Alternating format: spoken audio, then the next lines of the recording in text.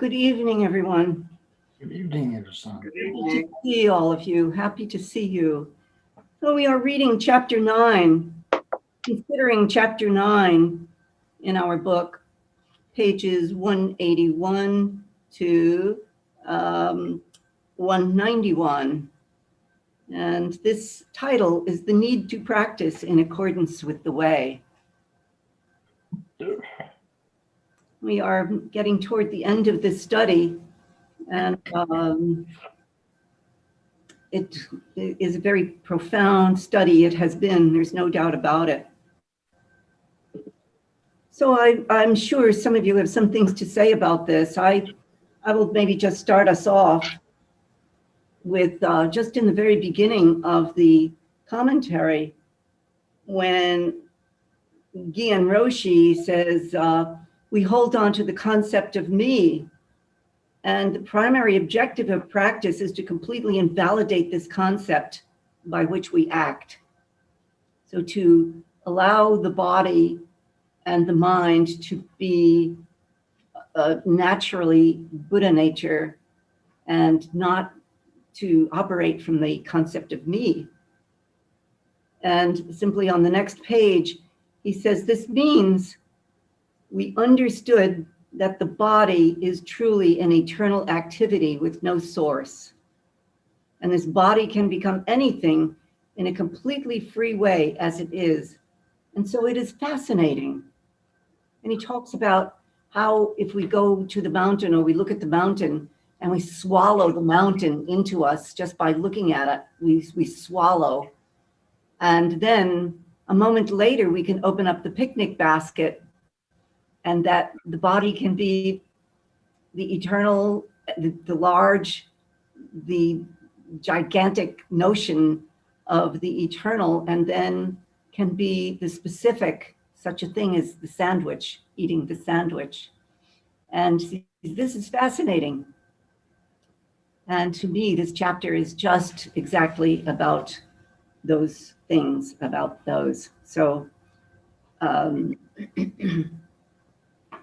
once again, being the practice of the body and allowing the body to be just itself without the tags of thinking about what the self means, to just be as we are. And so that to me is just the kernel of the chapter. So we don't even have to think about all the things that it might mean. we can just say, yep. Yeah.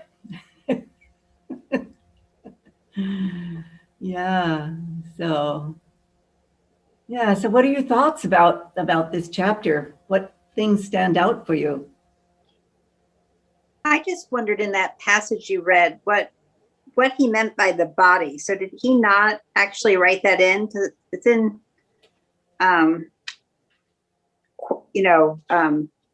parentheses so that it's, or bracketed. So it seems like maybe he meant something. I mean, what does he mean by the body? He means this. So when he is giving the talk in person, he says this. And because we're not there to see him point to this, the body is put in to let us know that that's what he means. Wherever you see that, he is saying, he is pointing to this.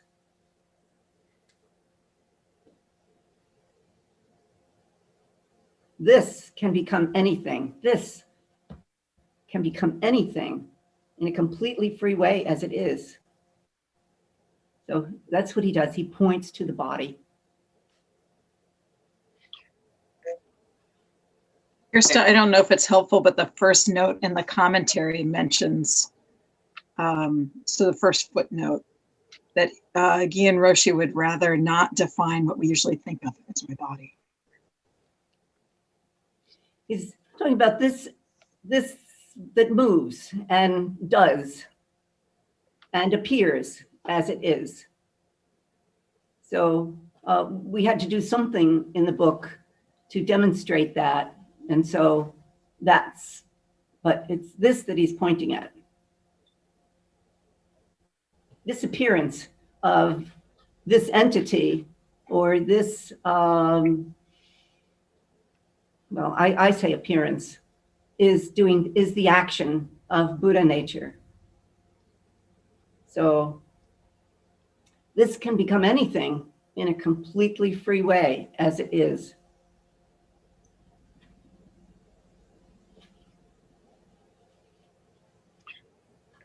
Edo-san, Mm-hmm. this was what I underlined only a couple things in this chapter, and this was the thing that caught my attention first. My sense is that he's saying there are no boundaries, that there's simply activity. And then I'm looking at this screen and we're each in our own little box. And it's like we create the box. So that I'm here next to you and you're in your box. But in fact, there's no box. There is no box. There is no box. We are meeting in this phenomenal way that has been, I mean, it's extraordinary that we can do this, that we appear to one another and meet in this way. And so there are no boundaries in that. Okay. But I don't know how else we could be on the screen except with some definition of this appearance, of each one's appearance. Yeah.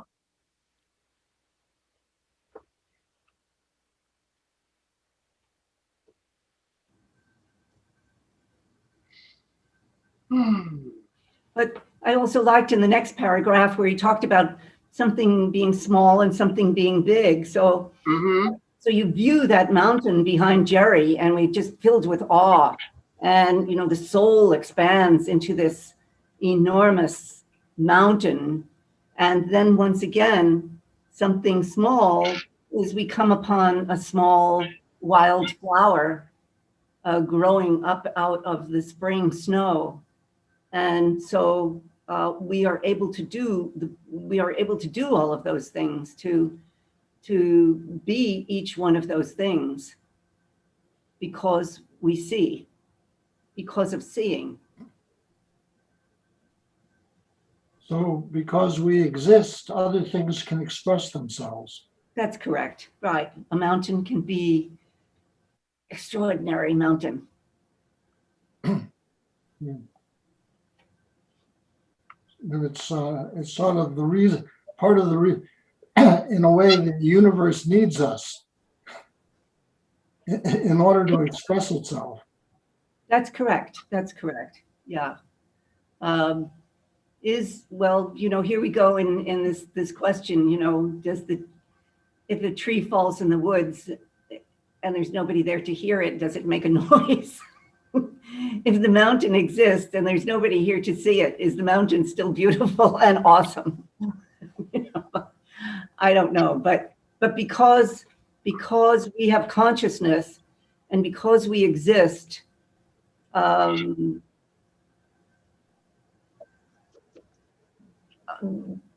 mountain can have an existence in us.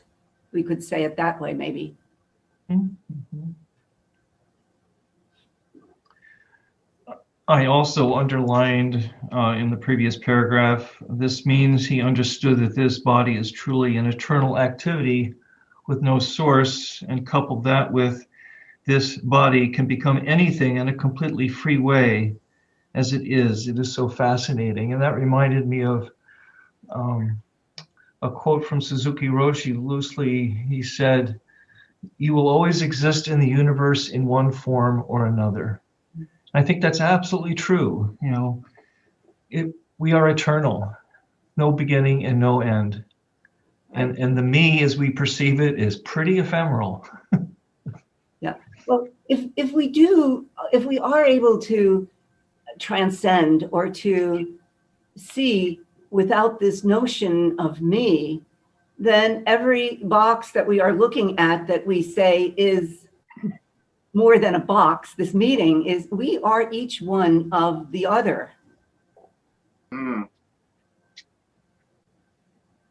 We are all of that. So it's astonishing then to be with that, to understand that. Without language, we are this mingled sense of these existences that we are looking at here and reaching across the cosmos.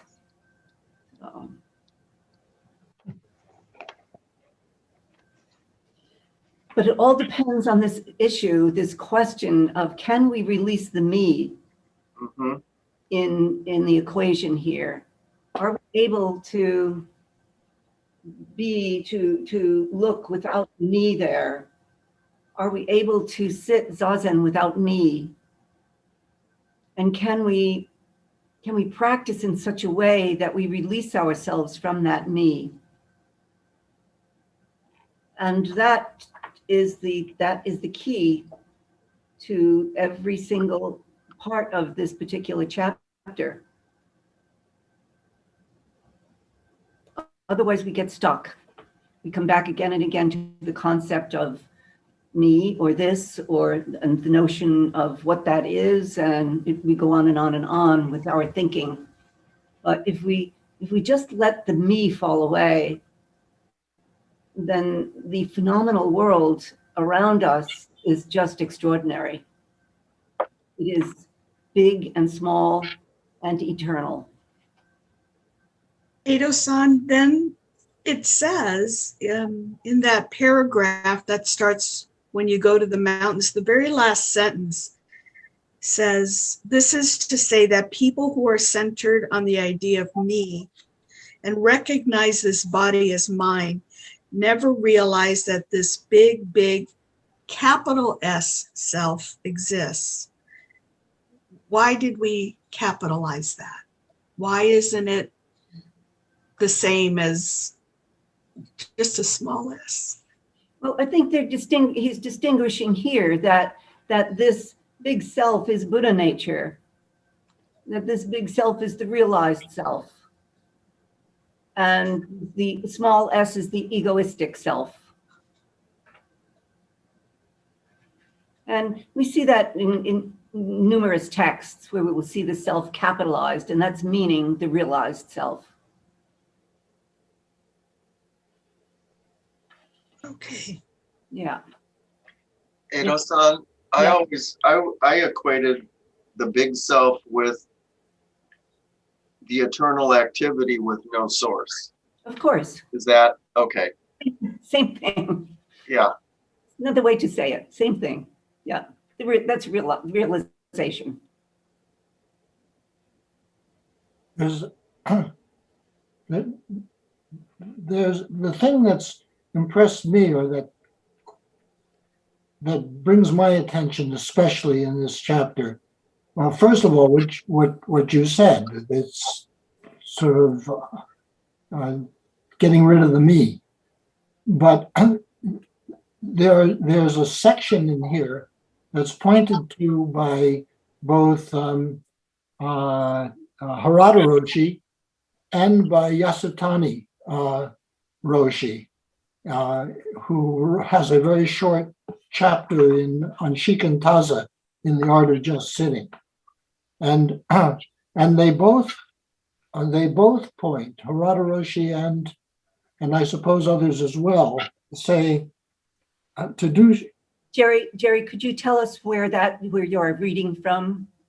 The section that says you should practice. Well, let's see. The translation here is. I mean, in this text. Yes, that's what I. Okay. On page 181, Okay. which is not the commentary, but the text that he's commenting on. Okay. All right. To study the way is to become one with it, to forget even a trace of enlightenment. Those who practice the way should first of all believe in it. Those who believe in the way should believe that they have been in the way from the very beginning, subject to neither delusion, elusive thoughts, and confused ideas, neither increase, decrease, and mistaken understanding. Engendering belief like this, clarify the way and practice accordingly. This is the essence of studying the way. And in the Yasutani, this may be the same, a different translation slightly. You should practice along with to do shikantaza, you must have a firm faith in the fact that all beings are fundamentally Buddhas. Dōgen Zenji says in the 9th chapter of Gakudō Yōjinshū, you should practice along with the way. Those who believe in the Buddha way must believe in the fact that their own self is in the midst of the way from the beginning, so that there is no confusion, no delusion, no distorted viewpoint, no increase or decrease, and no errors. To have such faith and to understand such a way and practice in accordance with it is the very fundamental aspect of learning the way. And I think that's the part of this chapter which has at least influenced me most. Surely, yeah. And I think that at some point in practice, we realize we have never been anything other than. At some point, that realization comes. And so we were able to really root and understand that we are deep in that faith and trust in that practice. And that takes a bit of time, I think, for us to really feel that this is our root, and it has always been there. So I don't think we get that immediately when we come to practice. I think that comes by continual practice. Through continual practice, we come to that realization. And then that realization then, of course, opens us to experiencing ourselves as the essence of that way. Would you agree with that, Jerry?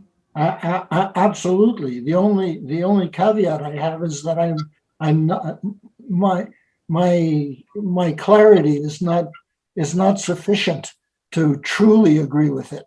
That is to say, I truly believe that, and my efforts from all of the past have come to believe that, and to see that must be truly the way.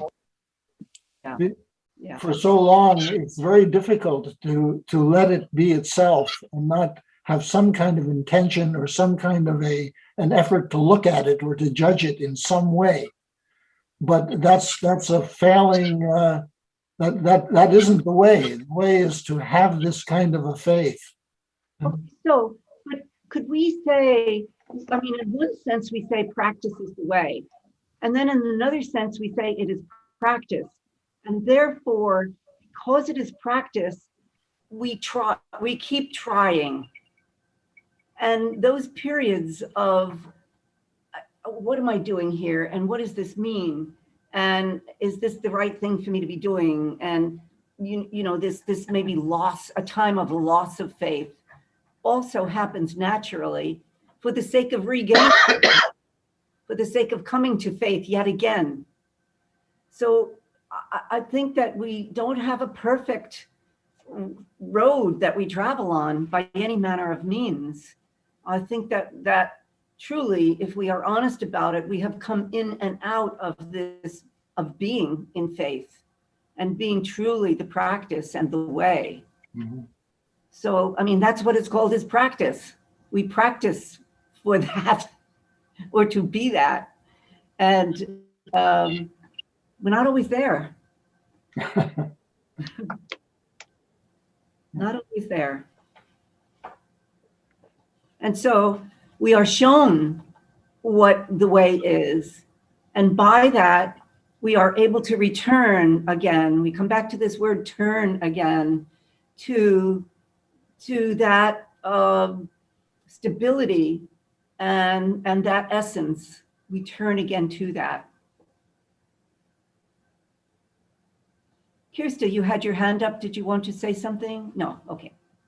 Yeah.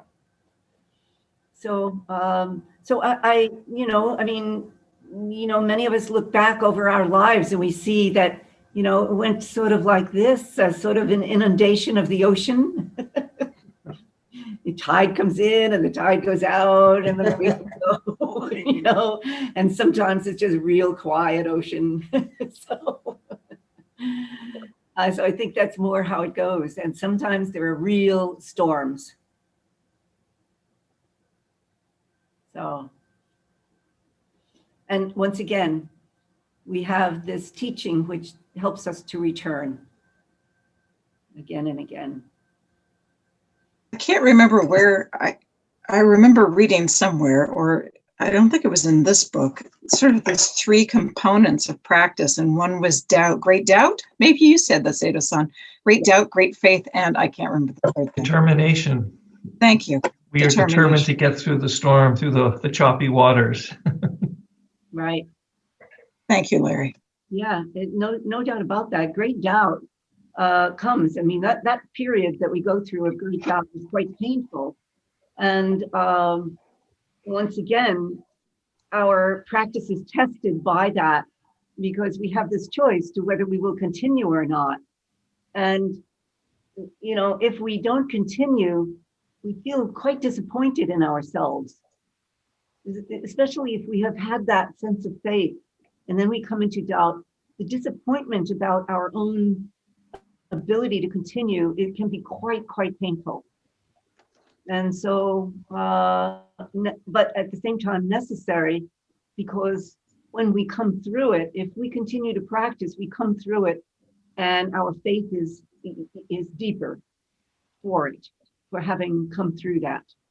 The determination then, of course, carries us through, and we are somehow restored then in faith.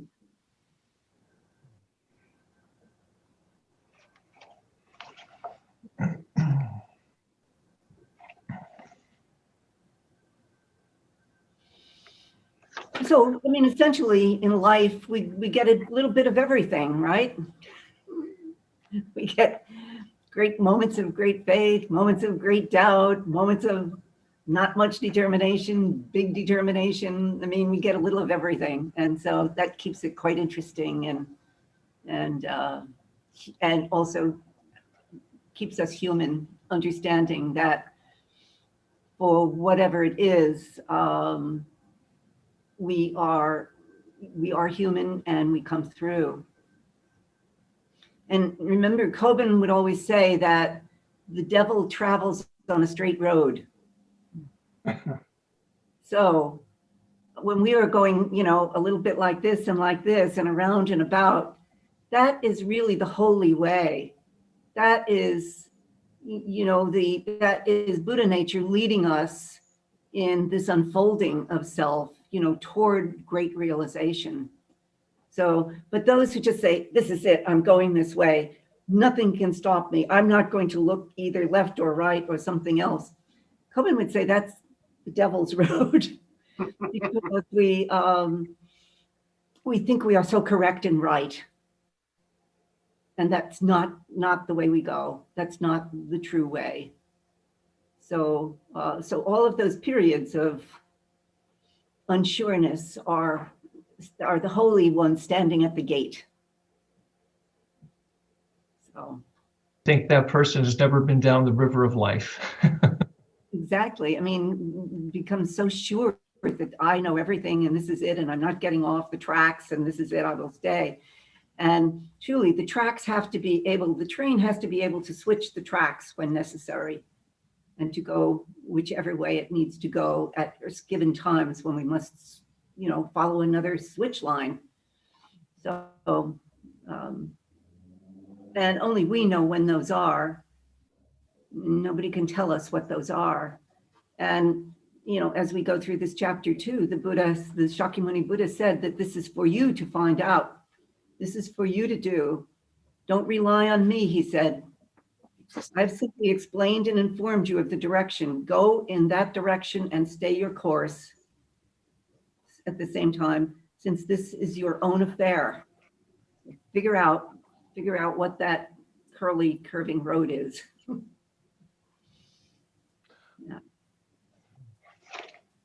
I'm constantly reminded of switchbacks going up a mountain. It's Yeah. like if we're up the mountain, it's, you know, you're back and forth, and it's, yeah, there's the great metaphor of the mountain and different paths of the mountain. I keep coming back to that. And this sounds like very familiar, just those back and forth. And it doesn't seem like you're making forward progress, but incrementally, you know, you are. One is. Well, I just came off the Hood Canal Road this afternoon. I just got back at 4:30 after being with Jikyo. And so I'm very aware of that trail. And, you know, every time you go around a corner, you see something new. You're constantly seeing a different angle of the event of life, a different angle of the eternal goes on and on. And so it's amazing, just an amazing experience on a switchback. Even if you're walking, if you are hiking on switchbacks, it's come around the turn and whoa, there's a cougar chasing a bear. So, yeah. So, yeah.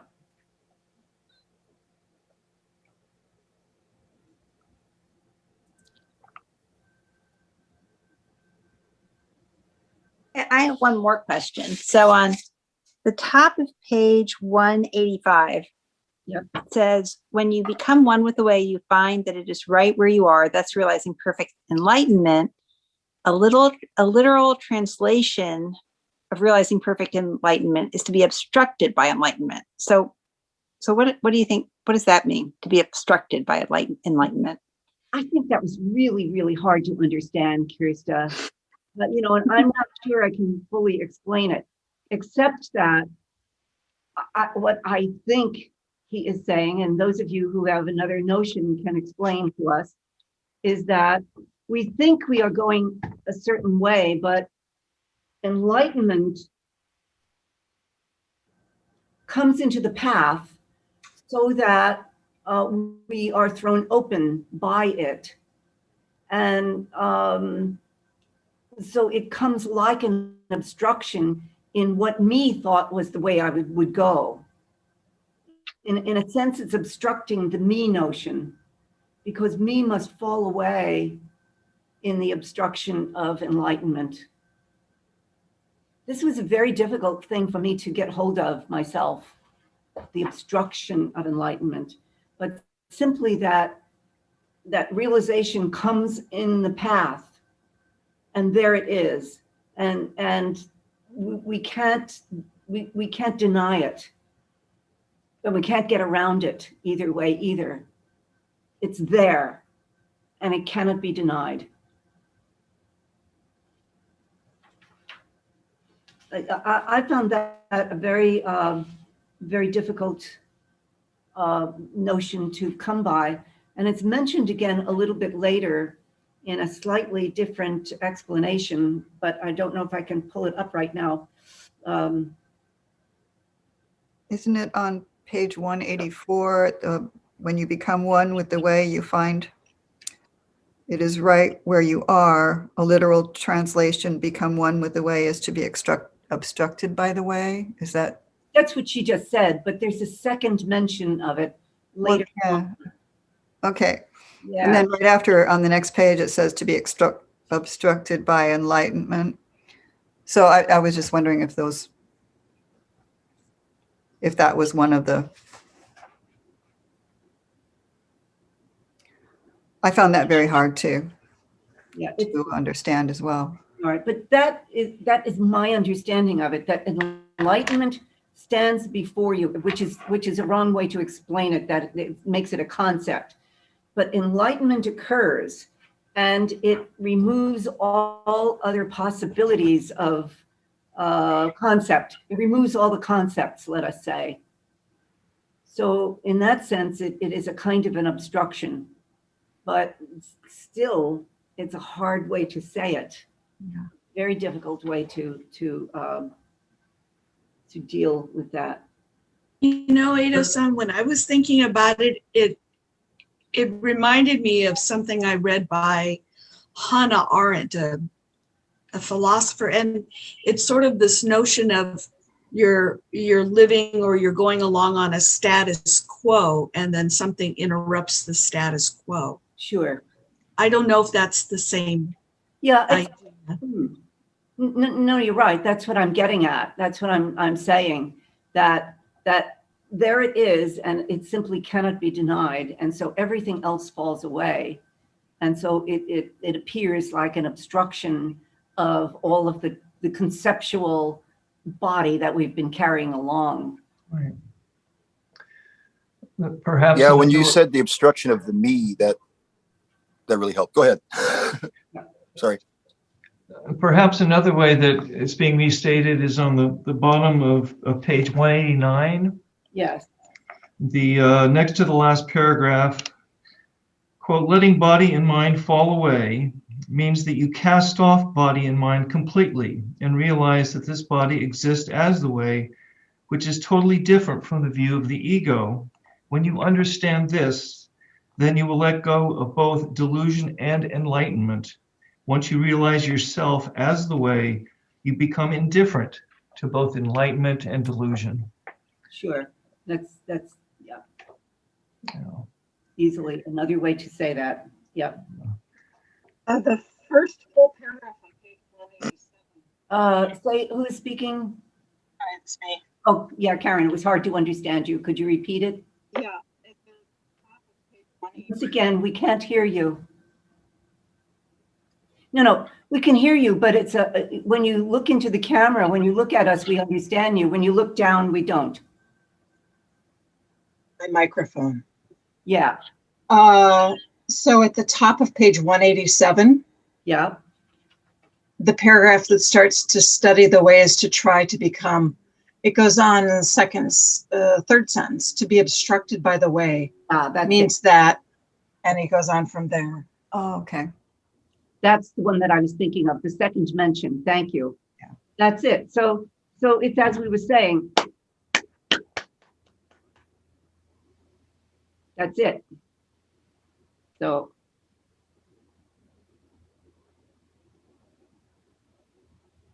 Just as possibly a helpful note, there were two notes that I guess Jikyo made. On page 205, there's the note 32 and 35.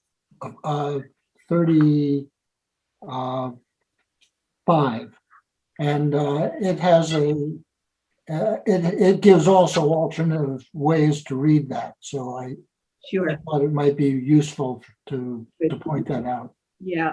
Yeah, these are the editors, Daigaku Sensei and Keiko Omae wrote these notes, these after notes. So that's quite right. So practitioners of the way seek to be obstructed by the way, to forget even a trace of enlightenment. So this, as we said earlier, that it obstructs the nature of me having some power or force, so that we are able to allow the no trace of enlightenment.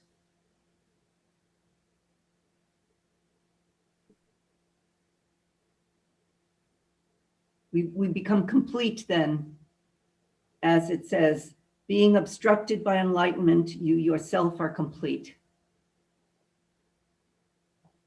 So, as we were speaking the last time, when we were having difficulty with this persistence of this study, just drop everything and just be yourself.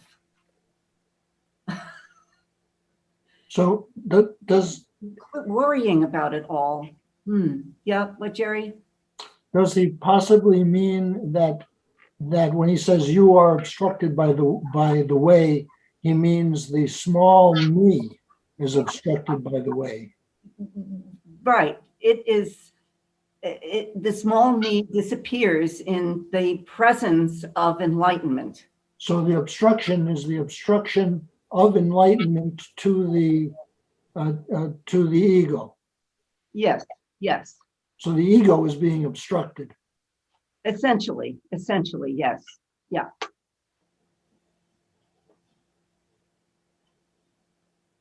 Such a beautiful concept. No trace of enlightenment. And therefore, no me, no ego, recognizing that enlightenment is separate from who I am, or that perception. Very nice. Beautiful. Very nice. Yeah, very, very nice. Yeah. So that, just be yourself, my friend. Just be yourself. I mean, there's only one of each snowflake. There's only one. So be this, appearance.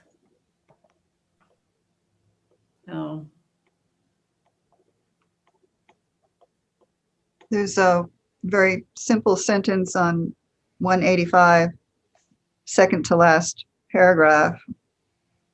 These are the essential elements of being headed toward the way. You can enjoy your life by heading toward the way. You can live right here and now without seeking something elsewhere. Just so takes so much of the weight off of the me. it truly does. I mean, the me has worked so hard and fruitlessly.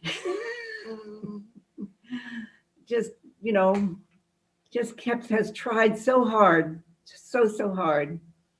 So letting it be, giving it a holiday, a vacation. Because once we recognize and once we have an experience of letting go of the me, it just falls away and we realize we don't need it. Life is going to continue as it's going to continue. And we're going to have our ups and downs and we're going to have the switchbacks. So no need to worry.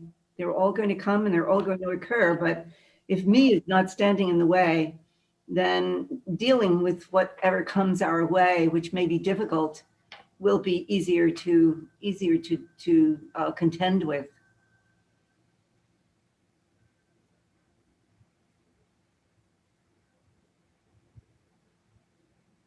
And he even refers to it as the self as a tiny matter.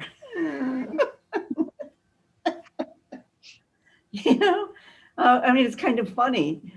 He's talking about you spend your precious time on practice, and yet you are right in the middle of the great way. Why do you need to seek such a tiny matter?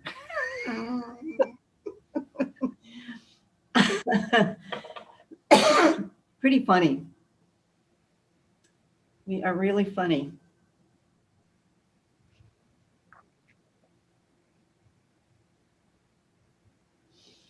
So,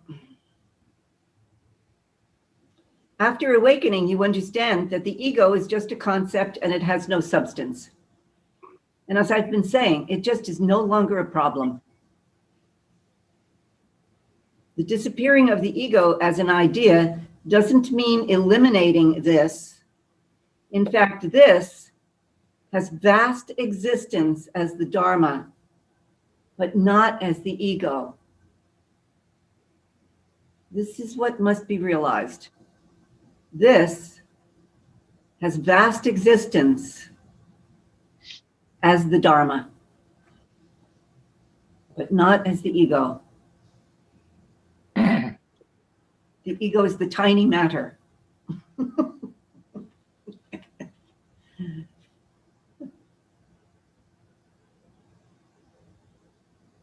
I wonder sometimes if the ego, how do I ask this? I wonder if the ego comes because of Western culture, or is it a cultural thing? I mean, we're working to not worry about the ego, that it sort of goes away, but why is it there? What's its purpose, right? What is its function? Well, I mean, from a psychological notion, it's to build self-esteem, to build a great sense of oneself, right? And ability to perform and to have confidence in the world. And we didn't even have the word ego until Mr. What's his name came along. I'm not even going to say his name. F word, is that what you mean? Doctor, Mr. Doctor. I mean, we didn't even have the word. Not that it didn't exist, but now that we have the word, we can celebrate it and expand it and have a healthy ego, right? And a healthy sense of self-esteem and a healthy whatever. So, but we can have a healthy awakening, and we can have a healthy sense of big self-esteem, which doesn't promote itself at all. So we can be relieved of any worry about self-esteem. But I do think that there are some cultural aspects to it, Gilda. There is not that the ego doesn't exist in Japan, but essentially the word doesn't quite exist in the sense, or is not the same kind of psychological development in Japan as we have a focus in the United States or in Asia, let me say. Maybe in all of Japan, there are maybe 10 psychologists. It's just not something you do. But it doesn't mean that there isn't a public sense of shame and all kinds of emotional baggage that one carries, whether you not know that there is an ego or you don't. You still carry baggage related to your sense of being in the world. If your sense of being in the world is this me self, it doesn't matter whether you call it ego or not. We still have the baggage.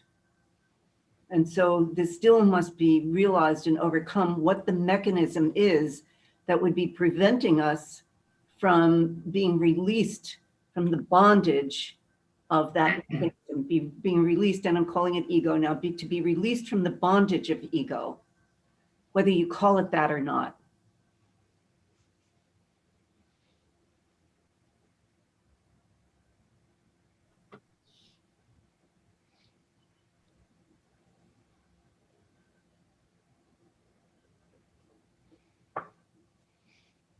It seems that he doesn't want us to think too much about it at the end of the day. Exactly, just jump beyond. He doesn't want you to think really. So, it was occurring to me when I read this and I thought, okay, we kind of do this often and we don't know that we've actually been doing it.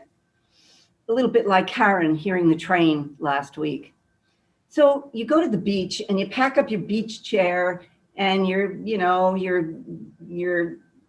sandwich and so forth, and you've got a basket of stuff and you carry it down onto the beach and you open up your blanket and you put out your chair and you sit down in the chair or on your blanket and you look at the ocean and you don't think anything. You're just there. And we do it already. We do these things where there's no thought about it. We just so at the ocean. We just swallowing the ocean itself. So understanding that we do it, that this occurs in our life many times and in many situations. Mountain appears. You see Mount Rainier. You don't think about it. You see that mountain and the awe of it, you swallow. No thinking involved. So it's to understand that we are doing it many times in our lives about many things. I will say that there are some of us who get settled in the ocean and immediately start thinking about tsunamis or noticing the pelicans or what time the tide is coming in, or, oh, there's a plenty long list. All of those are extra. Yes. That's extra stuff. And so very tiresome. Yeah. Yeah. Or, like, look at that bathing suit over there. Hey, check that one out. Oh, God, look at that guy's shorts. Oh, man. It goes on and on. All of that is extra. At the same time, we really are swallowing the ocean. So for a moment, we did it anyway. You know, I think it happens enough that you decide you want to go back again. Just like something good happens on the cushion that makes you want to go back again. Yeah. There's just something that, some residual that you're left with that you understand is worth going back for. Right. Yep. Something very, very natural occurs. So we do go back. Yep. But once again, you know, on page 191, let this function as it moves and let everything happen. It's almost at the bottom of the last paragraph. Then you will stop dealing with this by means of your own thought. That's a really important notion. Stop dealing with everything via thought. Let the body live its motion. Let the body function as it moves. Let everything happen.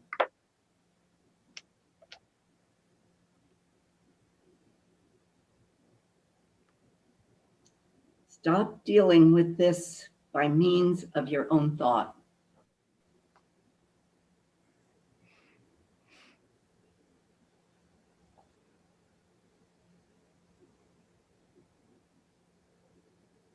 And then there's a bit of a cliffhanger at the last line of that, which is, if you become free of thought in this way, then suddenly you will have almost realized the way.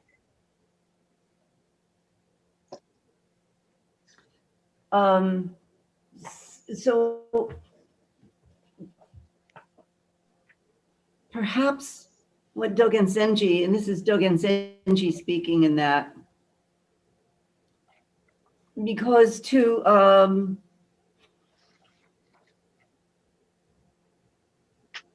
we free ourselves of thought, and then at the same time, that is still not realization. Then realization must take place.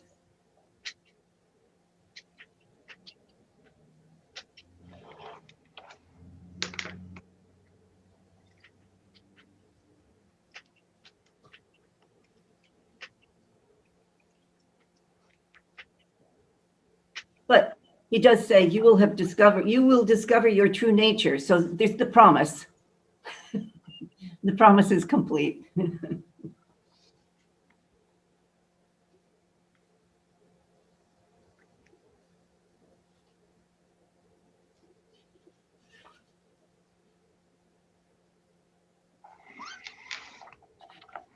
So it's a very nice chapter in the sense that he's expressing the same thing in just in a different way. That looking at the eternal body in its motion, the totality of it, and not focusing on seeing or hearing, and looking just at how the body moves entirely on its own. And if we really do release ourselves from the issues of thought, the eternal becomes apparent.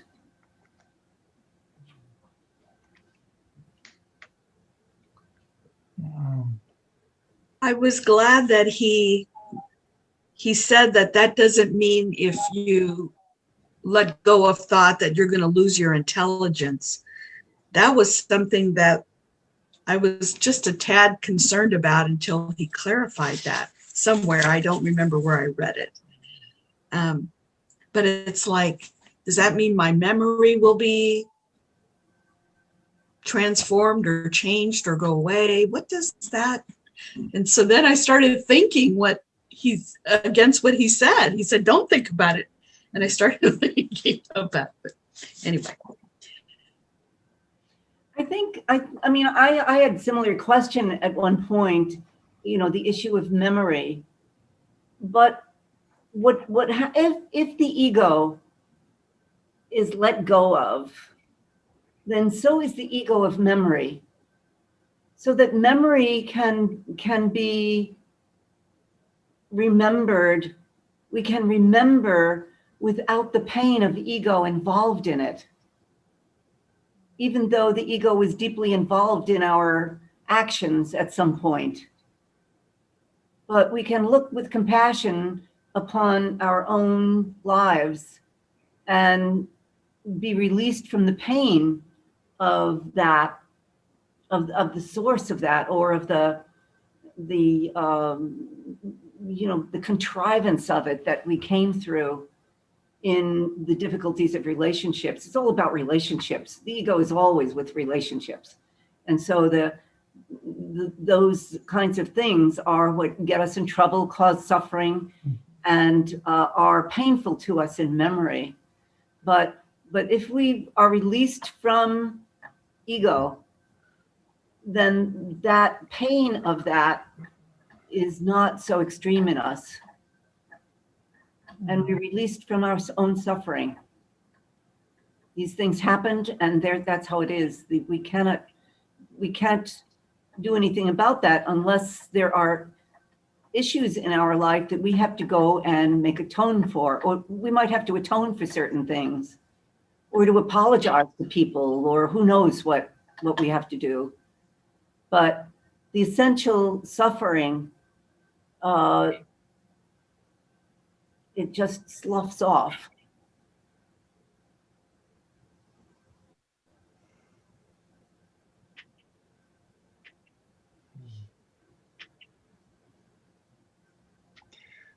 Gilda, my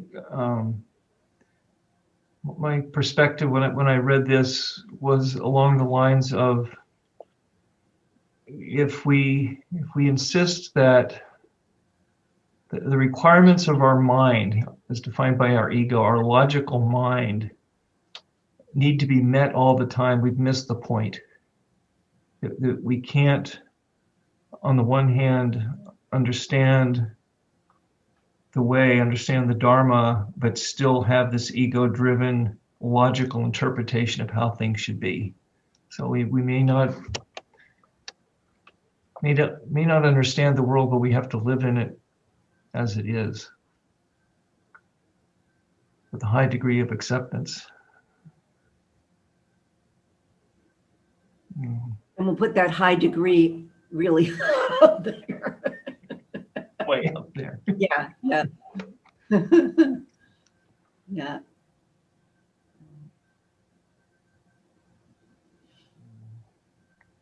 I've heard of the notion of radical acceptance. Radical acceptance. I think that's sort of what you're talking about, Larry, maybe. Because, we learn logic and we use logic, and yet logic sometimes just doesn't serve.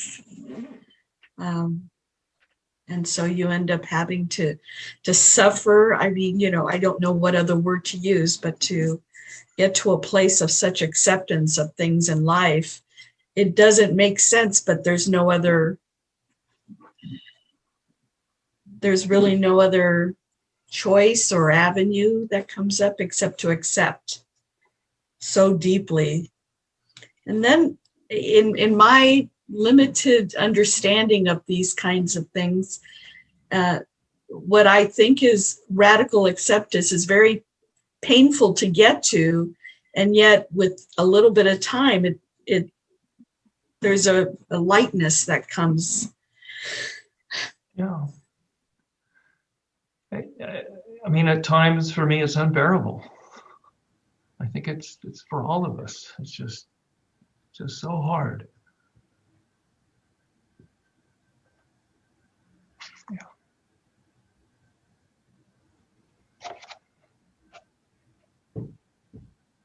It's hard.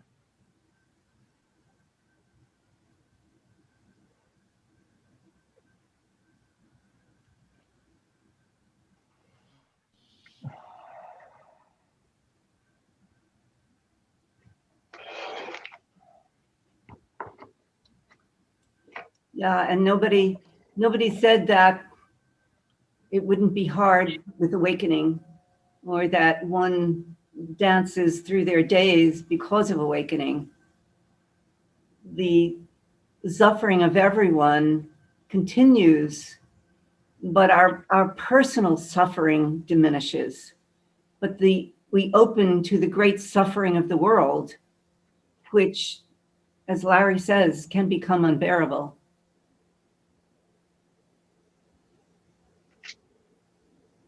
Well, certainly so much to be with today. But the question is, can we bring ourselves beyond our personal suffering? And that has to do with the makeup of ego and thinking and mind and relationships and how those operate together. And then, if we can see through this, can we contribute to a world in which we can alleviate the suffering that we see around us?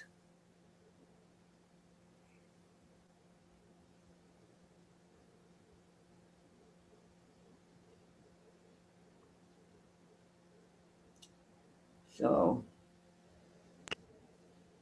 And I believe that part of that is, even if we don't feel we are making something specific, doing something specific, but the quality of equanimity that we can bring to our surroundings, or to our, just into these squares that I'm looking at right now, is transformative. yes. Mm-hmm. So Larry, you sitting there, right there in my view, struggling with this hard thing is influencing me and giving me the opportunity to sit firmer on my cushion, because right now is a hard moment for you. And then some other time we're going to show up and it's going to be a hard moment for me, and you're going to be sitting there firmly for me. So that is how it goes. Yes, the wondrous Sangha, it adds up. It does. It does. So, okay, my friends, I have come to think that 1 hour is really good and rich. And then if we do too much, we just keep saying the same thing and it just sort of waters down. So I think this is very beautiful. Everybody, the point of this is that everyone gives their teaching and shares the Dharma. So deep gratitude for your presence and all. Beings are numberless, I vow to save them. Delusions are inexhaustible, I vow to end them. Dharma gates are boundless, I vow to enter them. Buddha's way is unsurpassed, I vow to become it.